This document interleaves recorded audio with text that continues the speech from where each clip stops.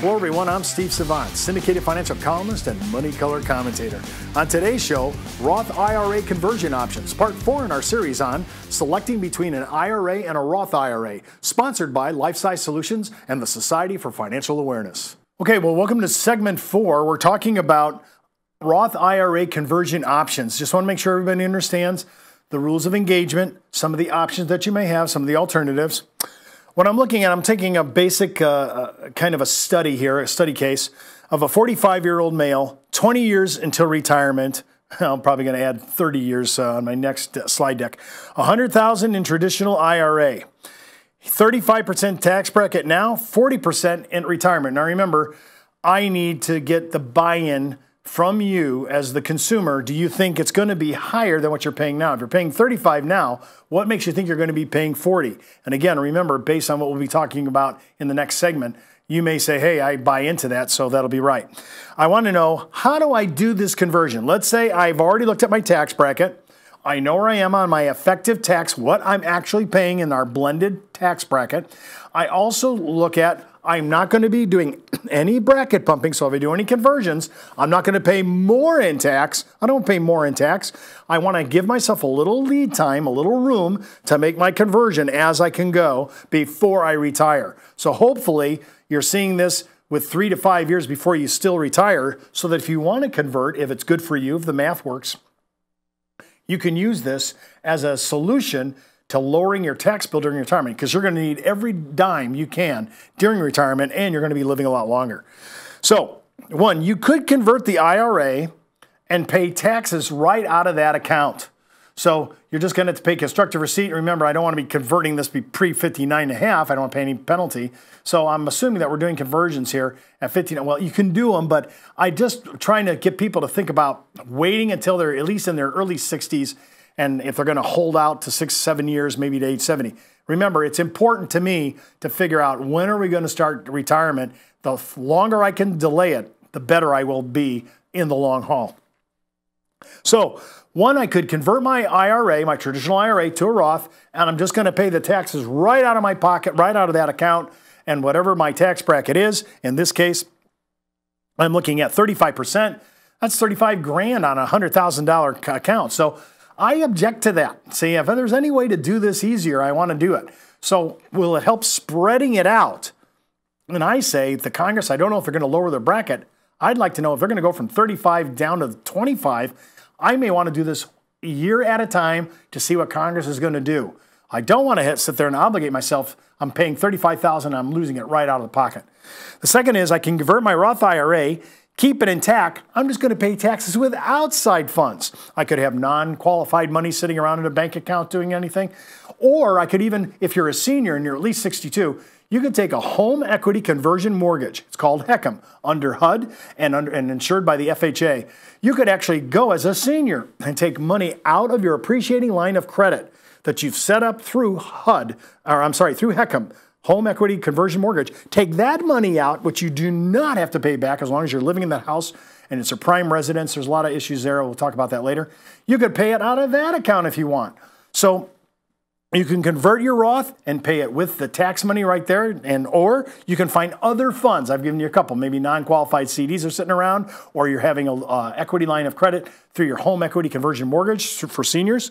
Or you could keep your traditional IRA and just leave it there, because you're going to be in such a low tax bracket with your Social Security. I'm saying this is what you believe. But based on this scenario, 40%, that would not be a good deal. So if I'm in the 35% now and I'm going to be in the 40% during retirement, I definitely want to move this money. Option 1, I want to convert to a Roth IRA, paying taxes from the conversion with assets inside the account. If taxes increase, the Roth IRA provides more retirement income than the traditional IRA. Remember, it not only in and of itself is going to give us more, generate more revenue, but we don't have Social Security taxation on this money. So to me, this conversion, even if you're using it with the monies inside the account to pay the tax bill, I still think it's a great idea. Just remember, it's the net number. I have to run a model on this to find out, is this really doable and is it applicable? I want it to be able to support the math. So if I look at my $100,000 less my 65, because remember, I have now 65, I had to pay $35,000. I'm going to look at that growth of my traditional IRA at 8% average annual growth. That's pretty stiff in my view, but fair enough. And Roth IRA, I'm going to look at the comparison on what I'm actually getting. This graph does not include the Social Security issue, and if it did, it would blow away the graph that we're looking at now. To me, that's why you need to look at a holistic planning, including Social Security impact. Option 2, convert to a Roth IRA, paying taxes on the conversion with assets outside the account. Now, CDs, money markets, a home equity conversion line of credit, all those are outside, and you may want to look at, again, if you're a senior and you bought your home and you're going to stay in that home for the rest of your life and it's your prime residence, you may want to look at a home equity conversion mortgage because you could actually borrow that money out and not be obligated to pay it back. So you might want to look at that as an option for you. And is that an option for everybody? I don't know. I don't know your bracket. I don't know your situation. But I'm just trying to give you options that you can use. So if you're going to use that. Now on slide 13, I'm going to do a little different option here. I want to leave a legacy. I don't really need the money. I have children. I have grandchildren. I have a charity of choice. I might even want to create my own foundation. I'm 70 years old now. I waited till 70. 30% tax bracket, $100,000 in traditional IRA, and I don't need the IRA for income, and I want to leave it to beneficiaries. I can convert the IRA, or convert to a Roth IRA, and taxes paid within the funds inside the account. $30,000 and my tax liability is taken from my initial contribution, and I convert to a Roth IRA and taxes are paid with outside funds. You know, I could give this money straight away, by the way. The Distribution Act allows me to take $100,000. I could take the same $100,000, and if I'm going to give it to a charity, I can give it direct.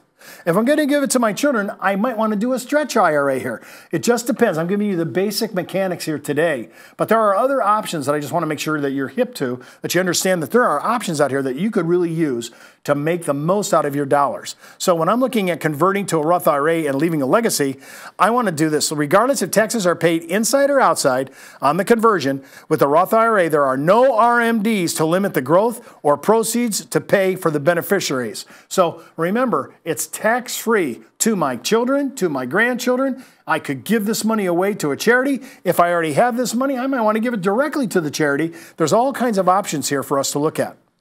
Converting to Roth IRA, well, how much? Here's an assumption. I'm using Mr. Ed, and he's 55 years old. He's a single filer, has $100,000 in traditional IRAs. The income effect, his current AGI is about $102,000. His actual AGI post-conversion is $202,000. Remember, he's converting this all in one shot. So limit conversion, right, is about $69,550. I have to look at, is this math the best way to do it? Because this is traditional conversion.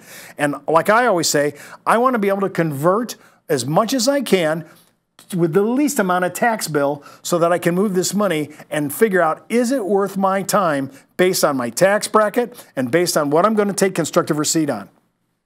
And lastly, when I'm reasons to consider a Roth IRA conversion, I like a third thing I haven't brought up in any of the segments thus far. Tax diversification. I'm going to have taxable money in retirement. I'm going to have tax-deferred money in retirement. I'm going to have tax-free money in retirement. I might have my tax-free money on some of the things I've been talking about. Roth IRAs, HSA accounts, reverse mortgage, cash value life insurance. I might have deferred money that's non-qualified. I could have annuities. I'm not going to pay tax till I take constructive receipt of it. And I'm going to have taxable monies. I can't convert all of my traditional IRAs and 401ks, so I'm going to have some taxable event here. So I have some taxable, and remember, depending upon your senior, you're going to have like 23 to 24,000, somewhere in that vicinity, under today's code. And if we get our way of what Congress is doing in 2018, it could be a lot larger. You could have enough with your exemptions and your normal standard deductions. You may be able to be okay taking some of your traditional IRA taxable because it's going to be able to offset with your exemptions and your tax deductions. And keep in mind, if Congress gets its way, that standard deduction is going to double. And for seniors, this could be a huge idea for us. And then the next thing, retirement income or for legacy planning. Remember, I have to make it a start. Once I say I'm tax diversified, am I going to need this for my income or am I going to need this for my legacy?